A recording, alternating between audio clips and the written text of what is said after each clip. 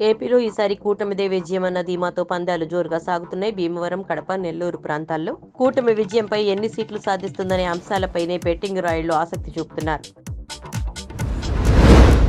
Uttar Pradesh CM Yogi Adityanath సంచలన ప్రకటన చేశారు.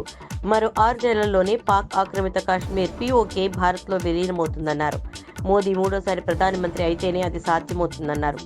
మహారాష్ట్రలోని పాల్ఘర్లో నిర్వహించిన ఎన్నికల ప్రచారంలో భాగంగా ఈ వ్యాఖ్యలు చేశారు. పీఓకేని పాక్ నిర్వహించలేదని, అది భారత్లో విలీనమవ్వడం పక్కా అని జోసెన్ చెప్పారు. తెలంగాణలో కీలక నిర్ణయాల దిశగా సీఎం రేవంత్ అడుగులు వేస్తున్నారు. జిల్లాల కుదింపు పైన రేవంత్ ప్రభుత్వం ఫోకస్ చేసింది. కేసీఆర్ తెలంగాణలో 10 ఉమ్మడి జిల్లాలను 33 జిల్లాలు చేశారు. ఇప్పుడు వీటి సంఖ్య తగ్గించేలా రేవంత్ ఆలోచన చేస్తున్నారు. ఇందుకోసం ఏపీలో జగన్ సర్కార్ ఫార్ములాను అధ్యయనం చేస్తున్నట్లు తెలుస్తోంది. ఆప్ను నాశనం చేయాలని బీజేపీ ప్రయత్నిస్తోందని సీఎం కేజ్రీవాల్ తెలిపారు. ఢిల్లీలో ఆయన మాట్లాడుతూ దానికోసం ఆపరేషన్ జాదూని ప్రారంభించారన్నారు. ప్రపంచం మొత్తం ఆప్ గురించి మాట్లాడుతోందని ప్రధాని అన్నట్లు కొందరు తనతో చెప్పారన్నారు. రాబోయే రోజుల్లో కొన్ని రాష్ట్రాల్లో ఆప్ గట్టి పోటీ ఇస్తుందనే ఉద్దేశ్యంతో తమను నాశనం చేయడానికి వారు ప్రయత్నిస్తున్నారన్నారు. వైసీపీ నేతలు విదేశాలకు పారిపోతున్నారని, టీడీపీ నేతలు తప్పుడు ప్రచారం చేస్తున్నారని మంత్రి పెద్దిరెడ్డి రామచంద్రారెడ్డి మండిపడ్డారు. నారా లోకేష్ బుద్ధి తక్కువ మాటలు మాట్లాడుతున్నారన్నారు. జూన్ 4న ఫలితాల తర్వాత అన్ని విషయాలపై మాట్లాడుకుందామన్నారు. ఈ రోజు 7వ విడత సార్వత్రిక ఎన్నికల పోలింగ్ జరగనున్న నేపథ్యంలో ఓటర్లకు ప్రధాని మోదీ పిలుపునిచ్చారు. 2024 లోక్సభ ఎన్నికల్లో భాగంగా 5వ దశలో ఈరోజు 6 రాష్ట్రాలు, 2 కేంద్రపాలిత ప్రాంతాల్లో 49 స్థానాలకు పోలింగ్ జరగనుందన్నారు. ఈ రోజు పోలింగ్ జరుగుతున్న నియోజకవర్గాల్లోని ఓటర్లందరూ రికార్డు స్థాయిలో ఓటు వేయాలని కోరుతున్నట్టుగా ట్వీట్ చేశారు. తాము అధికారంలోకి వస్తే అగ్నివీర్ పథకాన్ని రద్దు చేసి గతంలో మాదిరిగానే సాయుధ దళాలలో రిక్రూట్మెంట్ నిర్వహిస్తామని రాహుల్ గాంధీ హామీ ఇచ్చారు. మోదీ పోటీ చేస్తున్న వారణాసి మాత్రమే బీజేపీ గెలుస్తుందని జోసెన్ చెప్పారు.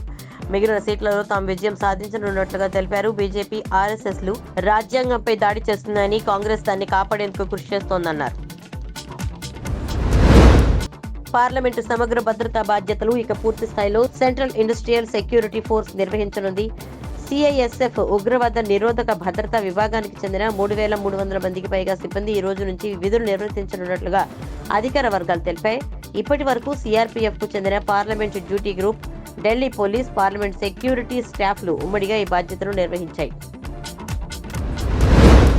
కేటీఆర్ పై రాష్ట్ర ఎన్నికల సంఘం చర్యలకు ఆదేశించింది. పోలింగ్ జరిగిన రోజున కేటీఆర్ మీడియాతో మాట్లాడుతూ తాను ఏ పార్టీకి ఓటు వేశారో పరోక్షంగా చెప్పారని, ఇది ఎన్నికల కోడ్ ఉల్లంఘన కిందకి వస్తుందని ఈసీ పేర్కొంది కాబట్టి కేటీఆర్ పై చర్యలు తీసుకోనున్నట్లుగా వివరించింది. బీజేపీ సీఏఏ ద్వారా భారత రాజ్యాంగాన్ని ఉల్లంఘించి మతపరమైన మార్గాలలో పౌరసత్వం ఇవ్వాలని చూస్తోందని కాంగ్రెస్ నేత జయరాం రమేష్ మండిపడ్డారు. సామాజిక ఆర్థిక వెనుకబాటుతనాన్ని దృష్టిలో ఉంచుకుని తాము పాలిస్తున్న రాష్ట్రాల్లో కొన్ని మైనారిటీ వర్గాలకు రిజర్వేషన్లు కల్పించామని స్పష్టం చేశారు. కానీ మతం ఆధారంగా కాదన్నారు. అందుకే సీఏఏ చట్టాన్ని కోర్టులో సవాల్ చేశారని రమేష్ వ్యాఖ్యానించారు. తెలంగాణలో టెట్ నిర్వహణకు అన్ని ఏర్పాట్లు పూర్తయ్యాయి. తెలంగాణ వ్యాప్తంగా 80 పరీక్షా కేంద్రాల్లో టెట్ నిర్వహించున్నారు.